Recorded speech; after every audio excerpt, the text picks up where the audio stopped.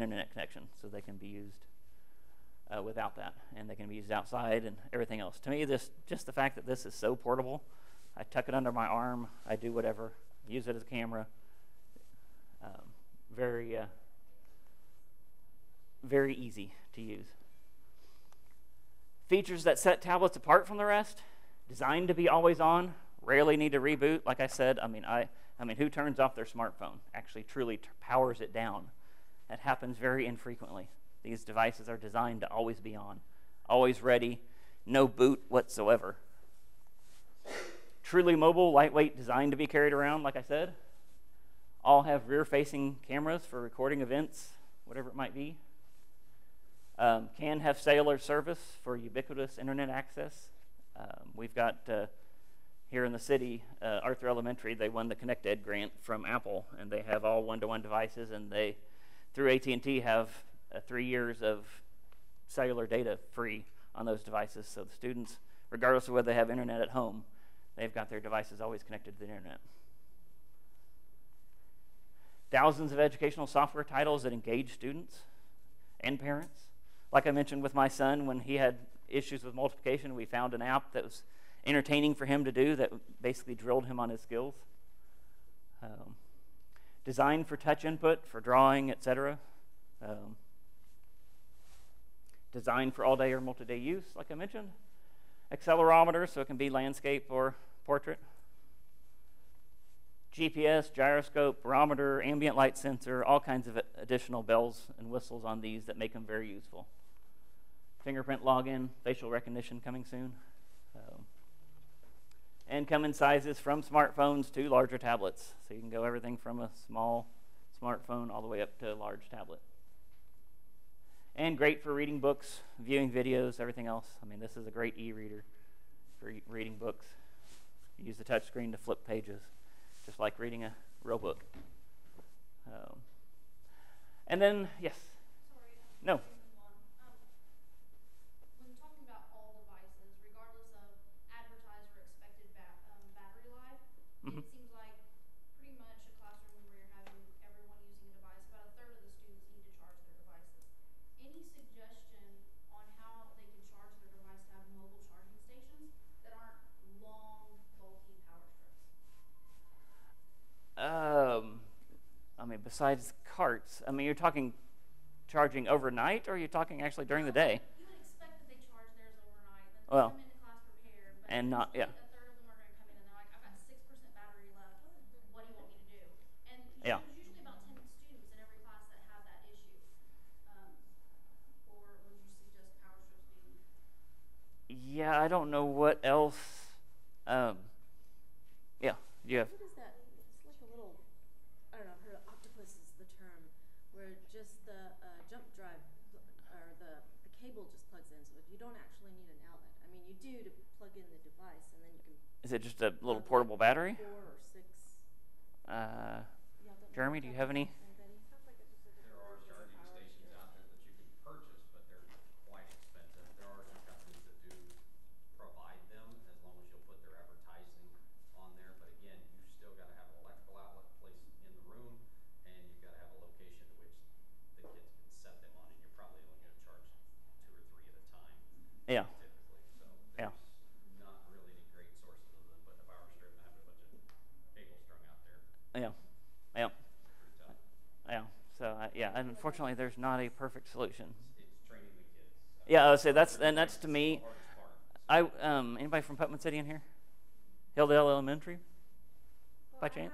I've not Hilldale, but Okay. I had one-to-one iPads from the same bond in my classroom, and I just had a power strip over in the corner.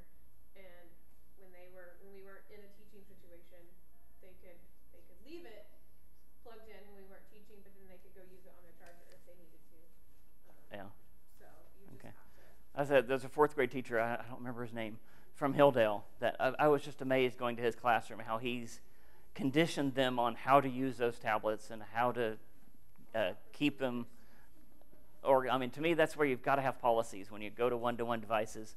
You've got to train them. I mean, if they start coming to the class without a device, I mean, well, sorry, you didn't charge it last night. You're not going to be able to participate in this activity or whatever it might be.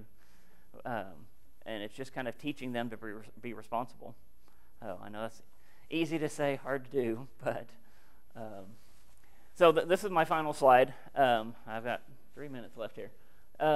Just something I want to mention as far as Google storage. Again, what I do is not about cloud storage, excuse me. I try everything, so I've got a Google account. I've got multiple Google accounts. I use Google Drive, which is Google, of course. I use iCloud, which is Apple, and I use OneDrive, which is Microsoft. And just different things I've found for using the different things. Google Drive, to me, this is another thing I have issues with Google, with how they do things. Once you use them all, once I started using iCloud, or not iCloud, OneDrive, Microsoft product, having those files that are actually, I can't say physical files, but they're actually files. You can actually put them on a thumb drive. You can put them out, put them wherever you want. You can email them. You can store them on a external hard drive, whatever it might be. When you're dealing with Google Docs, they cannot live anywhere outside of Google's servers in their native form. If you want to get something out of there, you've got to convert it. You've got to convert it to a Microsoft Word document or an Excel spreadsheet. And I found that to be a little limiting. So I just kind of wanted to throw that out there. And now, unfortunately, I've only got a couple minutes for any additional questions regarding anything in technology in the classroom. Not a question per se, but a comment on the bring your own devices. One of the limiting things that we're getting into, I'm at Putnam City Schools, but we're implementing mobile device management. So you can't do that on a bring your own device. Very true. That is, I should have that on that slide. Yeah. And it's been fantastic. I've actually started it in my classroom with my iPad part, and it's made all the difference in keeping kids on track. Yeah, that is one more thing regarding BYOD versus school-owned devices. Is when it's BYOD, you can't easily manage those devices, making sure they have the right apps and other things. It's up to the students. Whereas if it's a school-owned device, you can say, okay, all these, and it's getting easier and easier to use mobile device management platforms to push this same app out to all of your devices. So, yep, thank you for that. I need to add that to that slide. What else? Heard another big problem with BYOD we've had in Mustang for 4 or 5 years now is not only do a lot of the kids have their devices, I'm seeing over 4,000 a day attached to the system, but your network infrastructure, the Better. wireless side becomes very limited based upon your lowest quality of device that gets attached. So you get large concentrations in certain areas, and it will just shut your system down basically and make it be useless to it. So it is a struggle dealing with those kids who may have an older, they were handed down an old Android device or something else. And Yeah, that's another thing. kill your wireless in a hurry. And to say BYOD is a less cost to a district, yes, in a sense, but in the wireless side, it's very expensive because it's a lot to bring on to the system. Yeah. So another benefit of going school-owned versus BYOD. So thank you. Anything else? Oh, it's 9:50. I was told I got to get you out of here at 9:50. Thank you very much. My contact information, or you can find it on the website. Have any questions or any comments, any feedback, let me know. Thank you. Thank you. Thanks.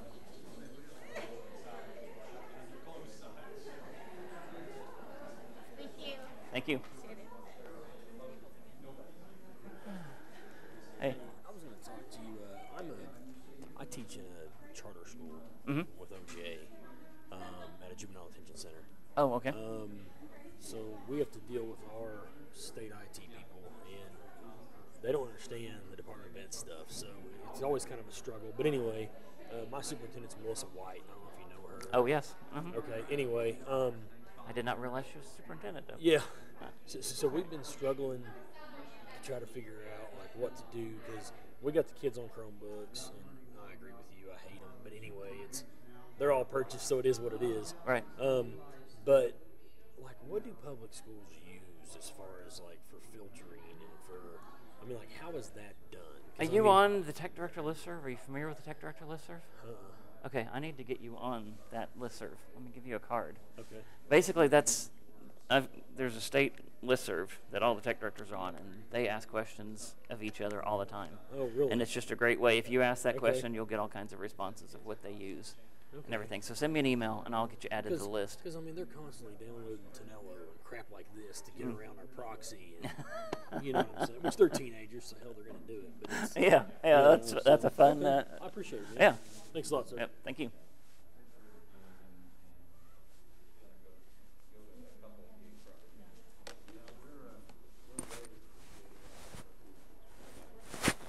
Getting to that service. Yeah, but you know what?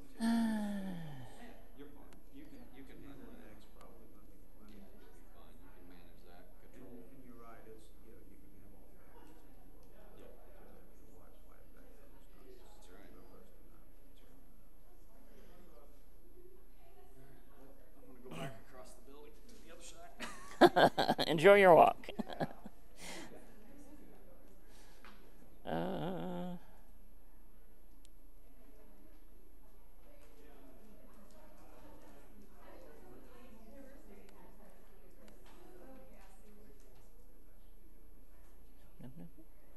One thing about Chromebooks too is, Mhm. and there's not a lot out there, there's a lot of difference between quality of Chromebooks. Yes. depending on what one you get. We got a new one called Lenovo.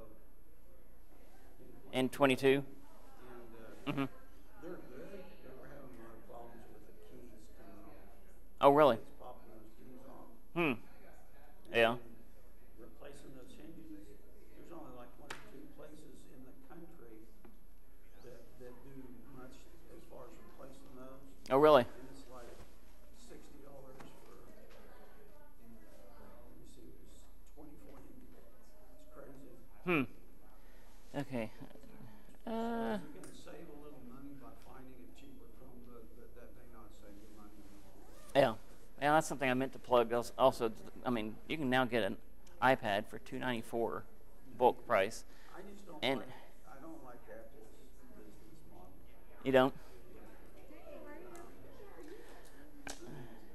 Android's not a lot better, but at least you can set it up if you know, you have purchase orders and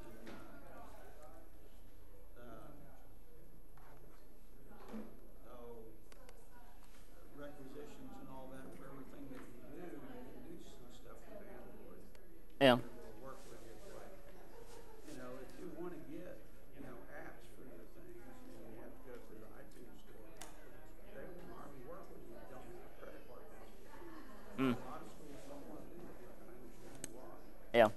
They've got credit card people in trouble faster than anything else in the world. Oh, yeah. Yeah. Yeah.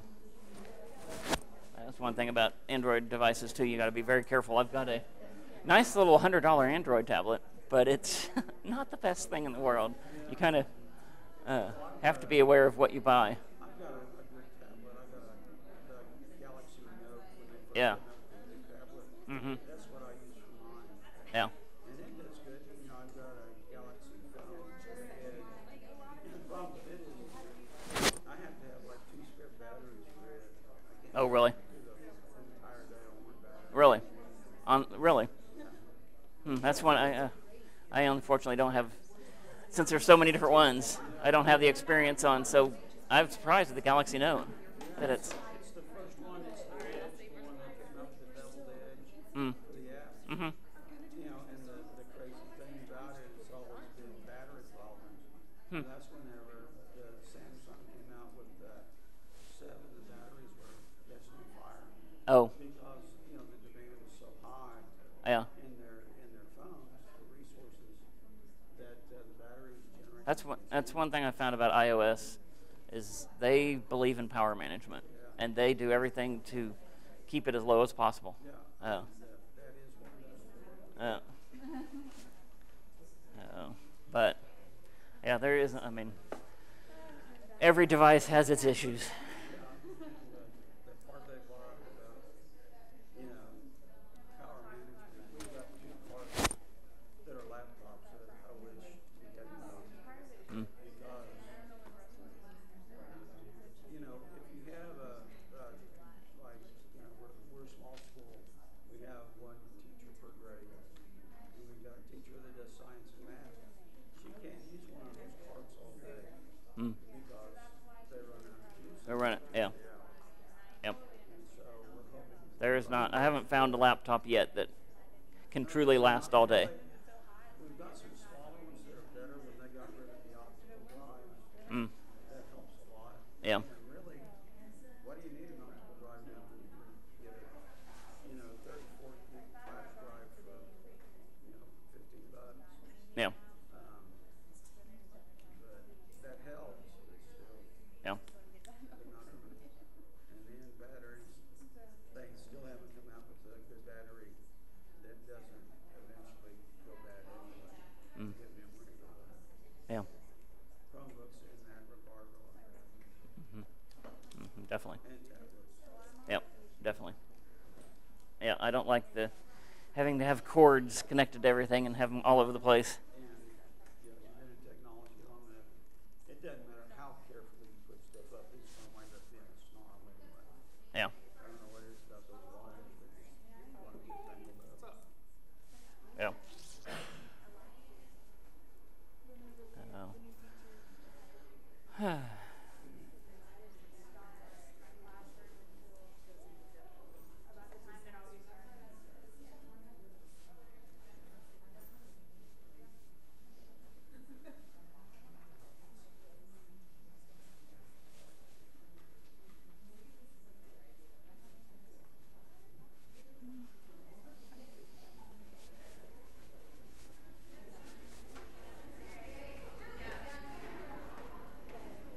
He's right here.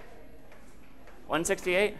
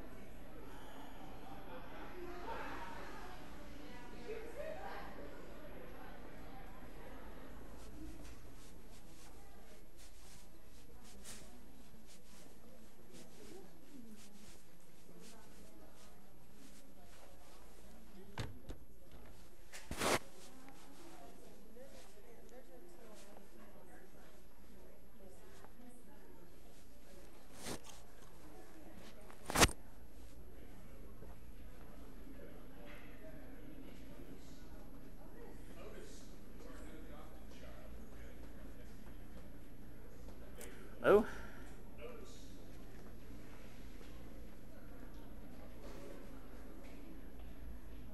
Open educational resources? Are you looking for 160? I'm looking for, One, where was it? The Bennett? No, it was Bennett? this one. okay, 169 is actually this hallway right there on your right. You take it, and then I think the room's on the left.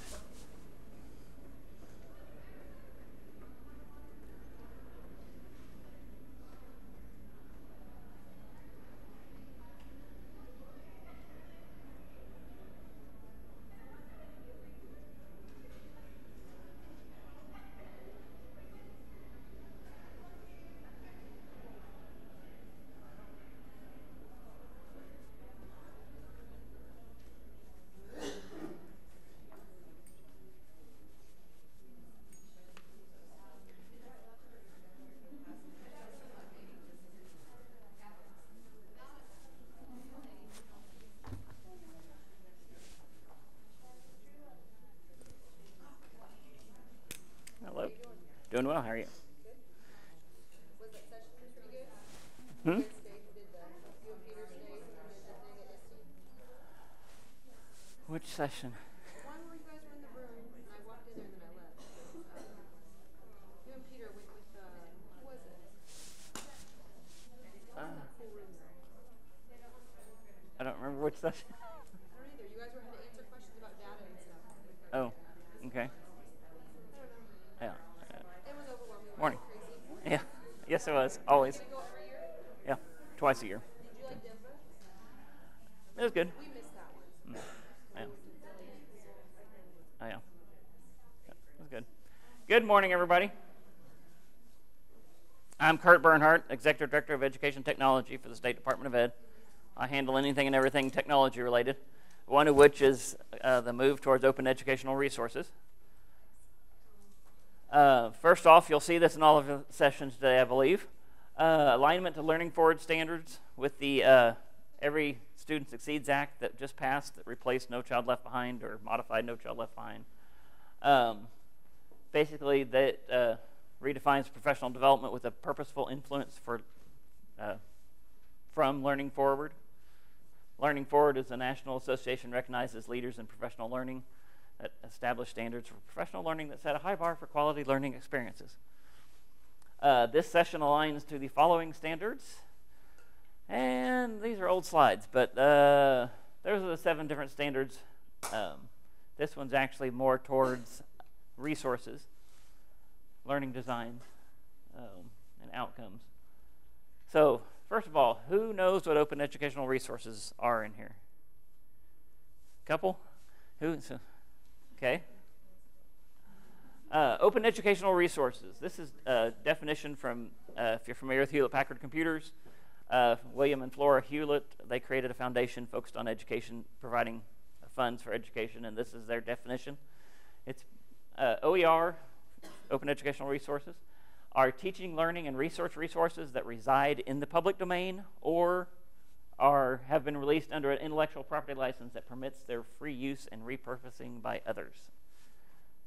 So they're not just static texts. We're not just talking about textbook replacements or things. It can be anything from full courses, course materials, modules, textbooks, streaming videos, lesson plans, anything and everything else that students or teachers around the country are creating and making them open for everybody to use. Open, important to point out the difference between open and free. All open resources are free. All free resources are not necessarily open. So you've got basically 3 different types. I'll start at the bottom. You've got proprietary textbooks, excuse me. Basically, those are what you're used to. Those are copyright restricted. You're technically not supposed to make copies or anything else. Those are kind of the least open or not open at all. Then you've got free resources in the middle. Basically, there's a lot of resources out there that are created for free use, but they're not open. You can't actually take those, change them, modify them, or do anything. You basically use them as is with whatever rules they set as far as those go. But there are a lot of great resources from Discover and other organizations. Smithsonian Education has a bunch of resources. And then you've got the OER, Open Education Resources. These are resources that are designed to be free for you to use, free for you to change, and everything else. So along with this movement that's been happening over the last several years, there's an organization called Creative Commons. They basically created a licensing structure that makes it easy for teachers and others to create these resources and basically tell everybody else what you can and can't do with those resources. So Creative Commons helps you legally share your knowledge and creativity to build a more equitable, accessible, and innovative world. So what they created these 4 different icons. This is basically 4 different parts of what is Creative Commons licensing for these resources. Real quickly, I'll go through these. You've got basically the person icon is attribution. You either have an icon that you'll see on a lot of these resources or a 2-letter acronym. It's BY for attrition. Basically, every open education resource typically has this one. This one basically says, hey, we've created these resources. You can use them for free, but you've got to say who you got them from. You've got to give credit to the person who actually created them. Next one, little arrow inside a circle, or the SA is share alike. What this basically says, when they put this on a resource, it basically says, you can't take my resource, put it in your own resources, and then put a more restrictive license on it than what I've already put on it. So you have to keep it the same level. The dollar sign with the don't through it basically says non-commercial.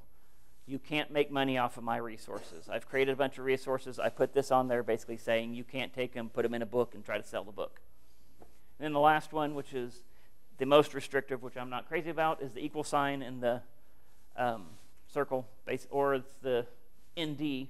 It's no derivative works. These are truly not quite open because it basically says you can use these, but you can't change them at all. So you have to use them as is. So you put all these together, and you can basically create 6 different Creative Commons licenses there at the bottom. I want to mention at the top, if you ever see anything marked public domain, basically what public domain is they've given up all rights. You can do whatever you want to it. You can change it. You can make money off of it, whatever it might be. And then you've got 6 different combinations of those 4 parts.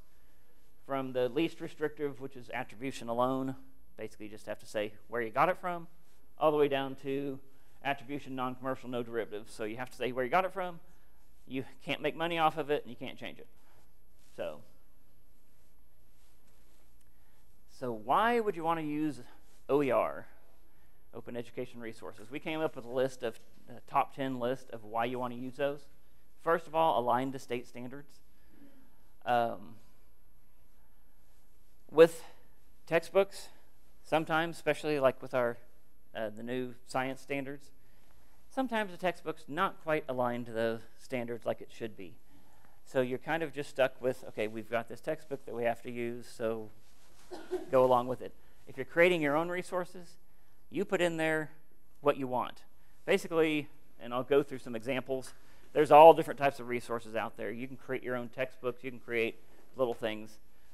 OER can be used from just supplementing what you've currently got all the way up to creating textbooks, replacements. And I'll show you some of those and actually give you a link to some of those that are actually free for you to use.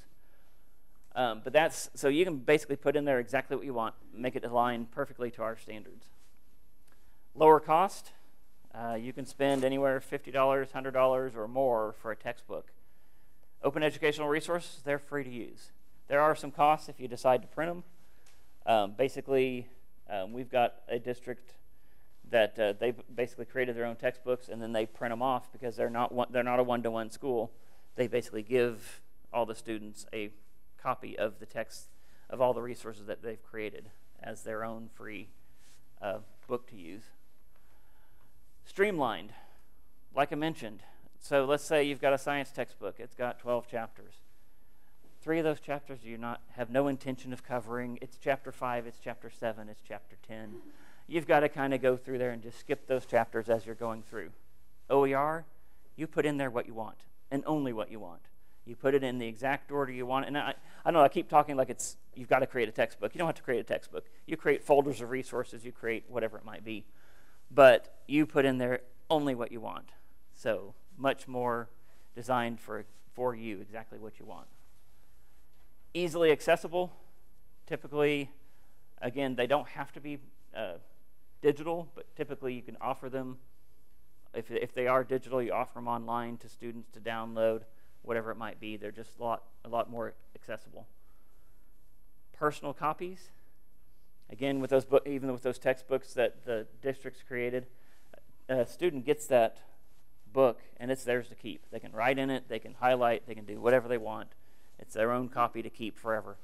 So a lot better than a textbook that they can't write on or anything else. 6, interactive. Like I mentioned, it's not just static texts. It's videos, it's audio, it's whatever it might be, all different types of interactive simulations and other things. Makes it much more than just a textbook. Easily updated. Broken Arrow, anybody in here from Broken Arrow? No? Oh, okay. Well, Broken Arrow, they've created their own textbooks, and basically they decided, I'll give you links here shortly, they decided when the new science standards came out, the science teachers got together and just said, okay, we don't like the textbooks that are offered. Let's do our own. So they basically went to these different resources that are out there on the internet, got all these resources, worked together to create this textbook, and created this digital textbook. They use Google Docs to create it. It's just one big Google Doc file. Then, during the summer, they basically said, okay, we went through this, we didn't like these lessons, we didn't like this. They just swap out what they didn't like, bring in new materials, got a brand new textbook ready to go for the next year that's tweaked to whatever you like. So it's very easy to update. Relevant to Oklahoma. I need to get an Oklahoma example. I have a perfect example from Missouri.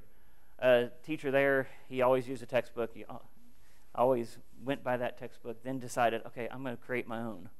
He teaches military history, and during his Civil War period, he decided instead of talking about what they usually talk about, the wars that happened, the bigger wars that happened out in Virginia and other things, stuff happened in the state of Missouri. Let's put stuff in there that just happened down the road. And the students found it much more relevant, meant much more to them. So, and I know the Broken Arrow teachers, they put in things about landslides and other things that happen up in the Tulsa area and everything else just to bring in local content. 9, encourages collaboration amongst the teachers. Like I said, this is basically where all the science teachers got together, worked together, created what they thought were the best resources, had some discussions of what order to put it in and everything else. And then finally, gaining support. This is kind of a nationwide movement. It was started by the U.S. Department of Ed, called the Go Open movement. If you're on Twitter, it's #GoOpen. And there's now, I need to update my slide. There's now 20 states. Connecticut just joined. So there's basically 20 states that are working just like we are here in Oklahoma, creating resources and everything else, getting teachers to create resources and all that. So it's just becoming, there's just more and more content out there to choose from. So, like I said, U.S. Department of Ed, 2015, they decided, okay, and this isn't just to save money. They always throw out, basically, the nation spends $8 billion on textbooks a year. They just look at that and go, God, that's a lot of money. That's spent on these resources that are, I'm not a fan of textbooks. I've got two 12-year-old sons. They're small for their age. They carry a backpack that weighs almost as much as them because they've got the textbooks packed in there. I'm just like, that's old school. So they launched in 2015.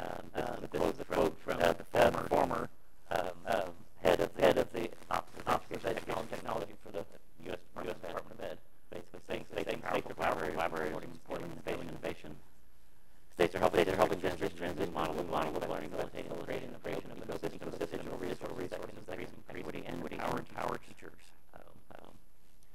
And I've got the list that they did their map there, Connecticut, and they colored in. We are kind of the only states in the U.S. right now in the middle. I'm like, okay, got to get the surrounding states to jump in. There are actually states, Florida's been doing open educational resources for quite a while. But they aren't officially a Go Open state, but these are all the Go Open states. So when we just said back February 2016 that we're going to be a Go Open state. And what that means for us is we're going to do 5 different things. We're basically saying, okay, our technology plan is to push open educational resources, promote the use of these. We're going to create a statewide repository that's in the works, where basically it'll be one place you can go to get resources that other teachers have created and everything else. Then all of these states, the 20 states that are creating this, we're creating a national registry for all of these resources, so you'll actually be able to go to one place to see all the resources that have been created across the country. All of this is still all in the works. You can go to learningregistry.org, but right now it's kind of in flux. They're updating it. You can participate in a community. That's what I'm doing. Basically, I'm meeting with all those other 20 states, other 19 states, and we're basically sharing ideas and everything else. And then we're going to create a web page on our site that basically links to all this. So, like I mentioned, Broken Arrow Schools, 6th largest district, close to 20,000 students. It started with science in the spring of 2015. Like I said, they were not happy with the science standards, and they just decided, okay, there's got to be something better we can do. So they created their own resources. CK12 is one of the sites out there that has a lot of resources. They use that as their main resource. Basically, teachers got together, brainstormed best order order, present materials, worked in teams, and curated all the content. Graded each other's work, invited local experts and educators from around the state to participate. And for the 15-16 year, they created 9 different subjects. Now, like I said, this is everything from a group of resources all the way up to science textbooks. They have 6th, 7th, and 8th grade science textbooks. It's basically one big digital file that they, for Broken Arrow, they have one-to-one devices in high school and then not in middle school. I think I got that right, or it might be reversed. So they basically print the resources for their middle school, and then for their high schoolers who have one-to-one, they basically say, here's a Google Drive folder, here's all the resources, and give them access to that so they have a copy of the resources. Now, those are the 9 separate subjects they did. Science. Military history, it's basically a folder of a bunch of different resources, and they give you access to the folder. So it does not have to be a textbook. Open educational resources can, like I said, just supplement your lessons.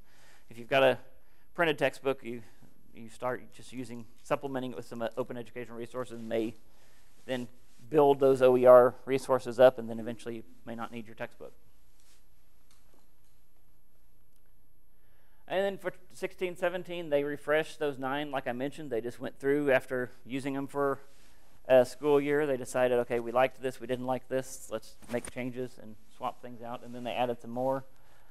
For the 16, 17 year also, they decided to do PK through 8, ELA, and math, and worked on resources. They haven't made those available yet. But I've created a link, bit.ly/Broken Arrow OER. And capitalization is important on bit.ly links. So you'd have to capitalize the B, the A, and the OER. I will take you there real quick just to show you. This is a Google Doc that they created that talks about their resources.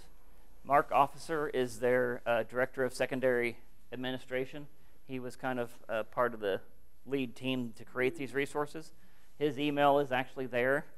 They are actually a Go Open ambassador district with the U.S. Department of Ed. So what they've basically said is, we will help anybody else that wants help. There's his email. You have questions, you want to do something like this, whether it's on a district-wide scale or it's just your class, whatever it might be, you can contact them and talk to them. They actually, at one point, were looking for other districts to work with and work together to create resources. So, but this basically is a link, a page that has links to all of their different resources. Get that URL? Okay. bit.ly and Broken Arrow OER.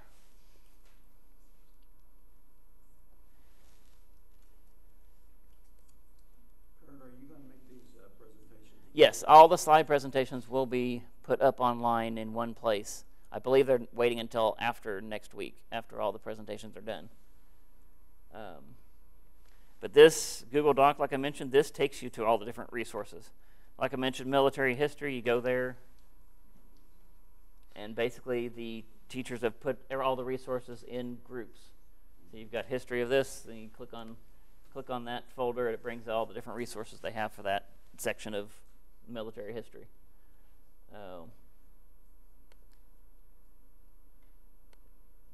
And then you go down to here, 6th grade science. You click on it. Here is the Google Doc that they've created. This is their entire textbook with the images and everything else and resources they found online. It has interactive links, so you can go out to different simulations, science experiments, other things. Something to point out on this second page here is where they mentioned that they've got the information from CK12 and everything else, so they're basically giving attribution back to where they found the resources, along with Creative Commons. But this is freely available. You can actually go to that link that you copied down. You can take this resource, come in here, click on the Broken Arrow. You have to make a copy first. You can't make changes on their copy. But if you're familiar with Google Docs, you can go in and make a copy of anything. You make a copy, remove Broken Arrow logo, slap your logo on there. You now got to have a textbook, free for you to use immediately. Then you go through here and you decide, oh, I don't like these pictures. I don't like this experiment. I don't like whatever. Go make changes to it. Put in whatever you want. You're ready to go. So that's all they're ready for to use. Like I said, they've got all of it there. And this is a live Google Docs page, so I would imagine they're going to be adding additional resources whenever there's new ones there.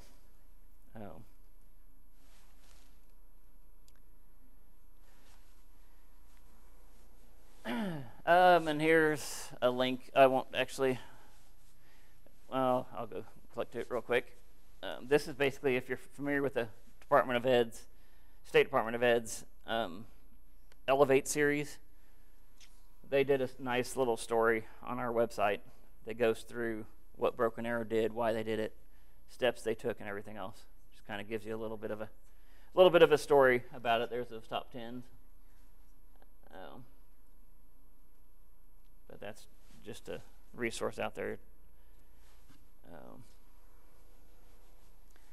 So how do you get started? From the district perspective, if you wanted to do this district-wide, the U.S. Department of Ed created this 41-page packet that basically walks you through how to move from textbooks to open educational resources.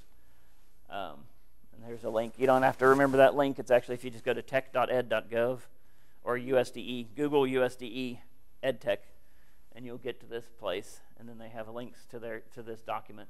But it just walks through the 5 different phases you go through, from setting up your team of teachers, administrators, whatever it might be, all the way down to getting resources. So here are some of the resources. These are 2 of my favorite resources. CK12, like I mentioned, that's actually what Broken Arrow used. Just ck12.org/teacher takes you right to the teacher area. They've got some great tools for creating things. They've got what they call flex books. Basically, they give you a book to start with, and you can make changes and everything else.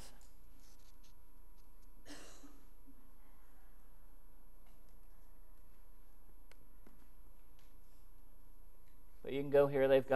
They're very heavy on math and science, but they've got all of these different things organized by grade and everything else. You can do searches. You can choose what grade you want, what subject you want. Oops, I gotta. They do have standards in here. We don't have our Oklahoma standards in here yet, or maybe we do. You can choose grade, you can choose subject, chemistry, choose your grade, whatever it might be, and do a search, and it's going to take you to a bunch of the different resources. Or one flexbook. This is a flexbook that I was talking about. So they've basically created full textbooks. But they have all these different tools for you to create different things.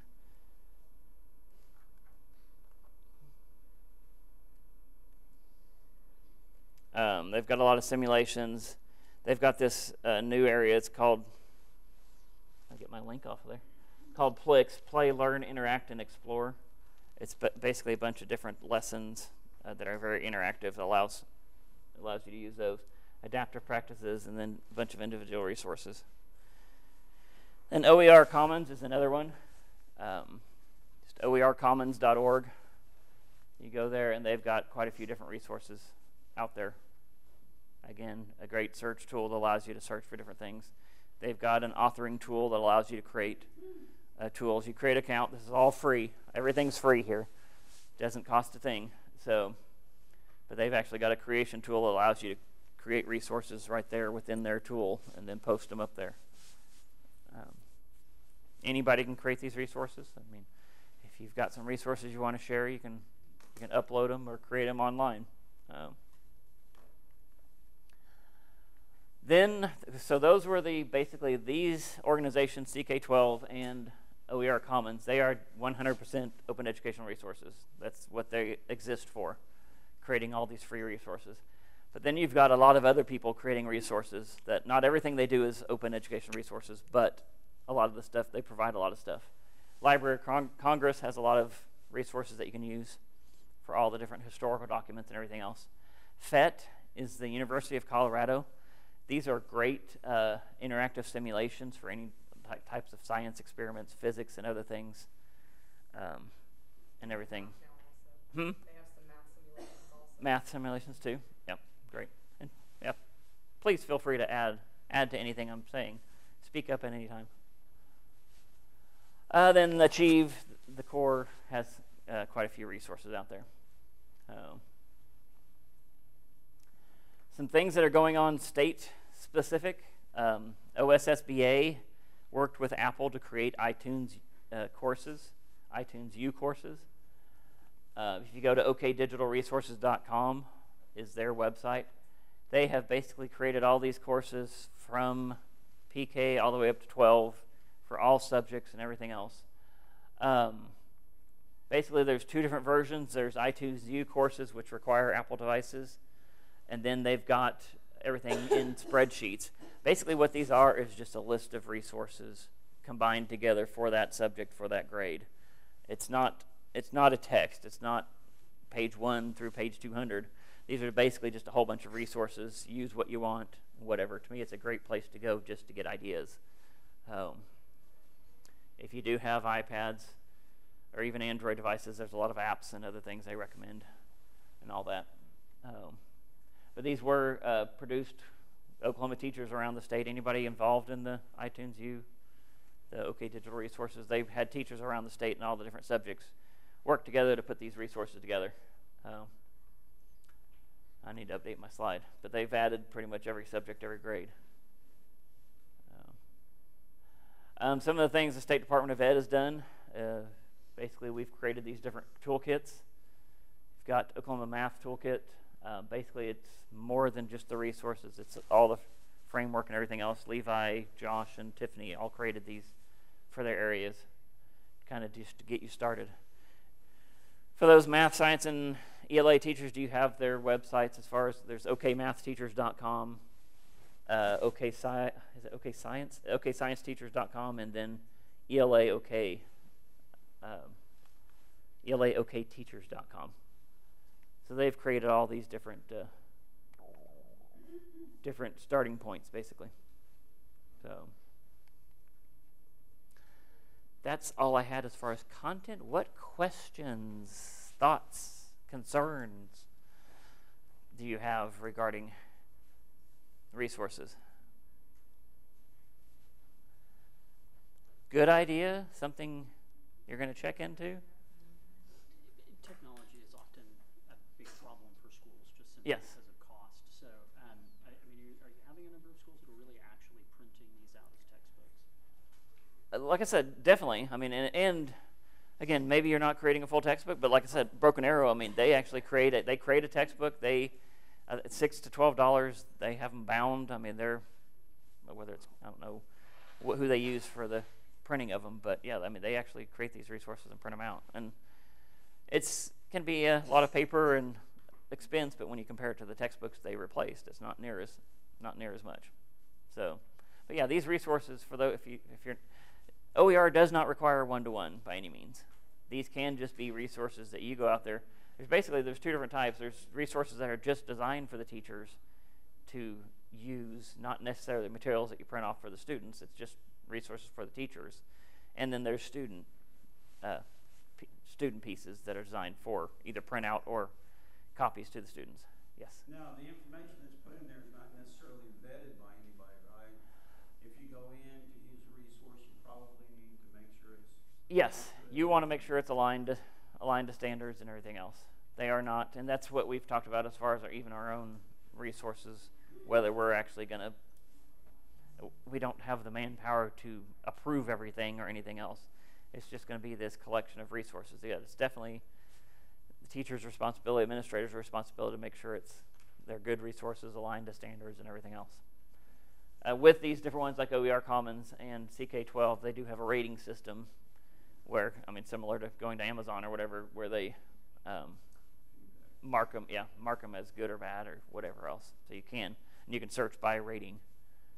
But yes, definitely you want to look at the resources, make sure they're good resources. What else?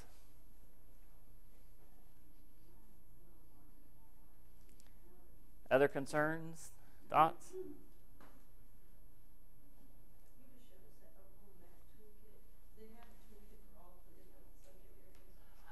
math, ELA, and science right now. But you can certainly check with social studies or others. Check with the directors at the State Department of Ed.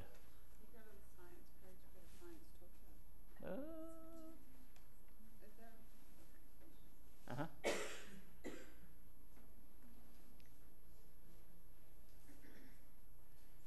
Will this be expanded to higher ed? Well, we don't really do anything with higher ed, but there is a lot. There is actually definite movement that way. There's open.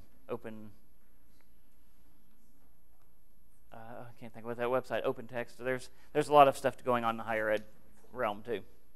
Yeah. Could you go back to the ELA one for just a minute? I'm writing down. Okay. You can go to the sd.ok.gov website and go to instruction, and they'll have links to all this. But these slides will also be put online. What else?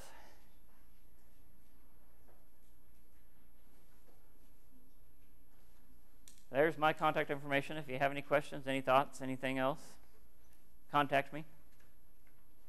And I guess I'm letting you out a little early. Enjoy a little extra time. Thank you. Thank you for all the resources. Absolutely. Yeah, there's. I've been wanting to go this direction, trying to convince my, especially ELA, science departments, because they're constantly complaining about exactly what you're saying, and that is, I've got a textbook that I'm only using about a third of. Yeah. And I'm going to tell you, we really can't afford to replace them at this point. Right. And There are thousands of resources. Yeah. so, Yeah. I mean, a couple of other departments are already been doing this for years. Have they? But not with these resources. They're, creating. And there's a bunch more. I could have listed up Oh, sure. 5, 10 other sites that learn Zillion This and. gets us really started, and I like that. And thanks for the framework that you guys have created in terms of setting up the team and Yeah. implementing your process. Yeah, that's a great That's tool. gonna make it a lot easier to get some teachers on board. with that. Absolutely. Thank you very much. I'll probably be giving you a call with questions. Okay, good. Great. So I just want to get your opinion. I'm working on this curriculum guide that OETA is putting together, and it is great resources for like 4th through 8th grade teachers. It's based on their little "What's the Deal" show, but it gives. But would that even be considered open education resource? Because I think it's probably. Well, it depends on what they are doing as far as their copywriting. Yeah, and I don't know. This is just like a. I would think draft for it, OETA right? would. I would think they would make it open. Their stuff pretty open. Yeah, like, typically. I use the PBS Learning Media a lot, and that's a lot of the links in here. When you mentioned being relevant, like the relevant to Missouri story, these are very Very great, relevant to our state. I mean, this one. Okay. I'll have for to mention Tulsa, this. The Port of Catoosa Oh, and Tulsa. All of them are. This one that they had a beekeeper in Mustang help with the. I think I will add this to my presentation. Well, for yeah. to plug OETA. This is going to be coming out resources. where they will actually have an online copy of this where they provide it for teachers.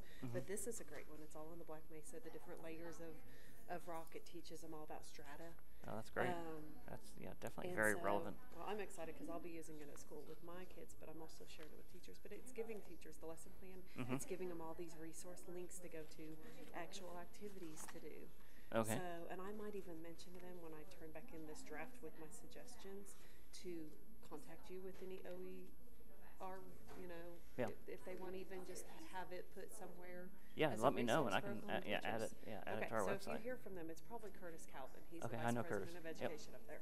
So Okay. I'll put your name in here and put OER ?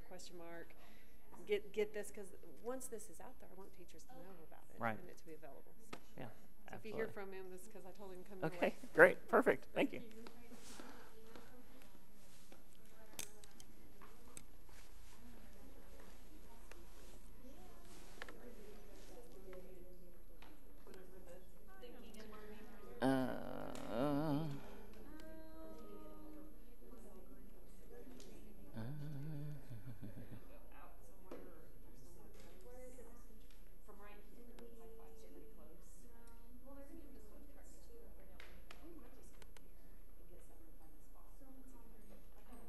Uh-huh.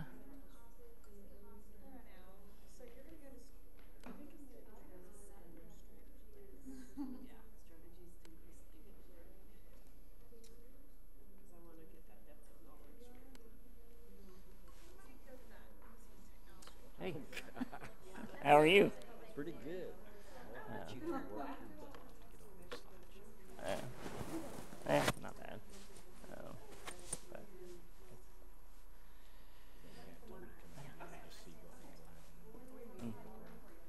But you're looking at the LMS deal that we sent down to you. yeah, I need to get. I've got to get.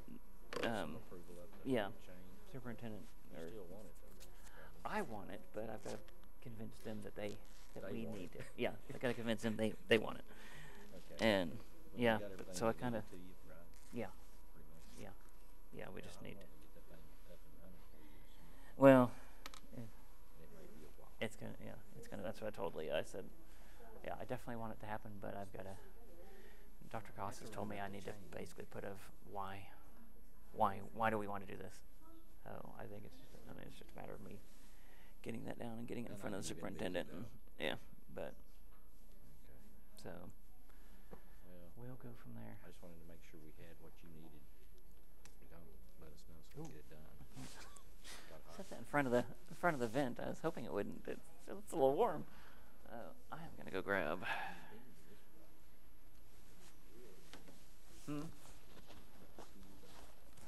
Something like that. Yeah, it's